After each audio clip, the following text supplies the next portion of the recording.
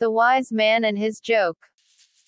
Once upon a time, in one tiny village, lived a wise man. People used to come to him, complaining about the same problems every time. In order to solve their problem, he told them one joke, and all were laughing at his joke. After few moments he told them the same joke. Few of them were laughing at his joke. And again after few moments he told them the very same joke. No one is laughing at his joke anymore, thinking that he has gone mad by telling them the same joke again and again.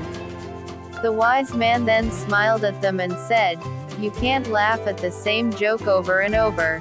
So why are you always crying about the same problem over and over?" Moral of the story: worrying won't solve your problems, it will just waste your time and energy.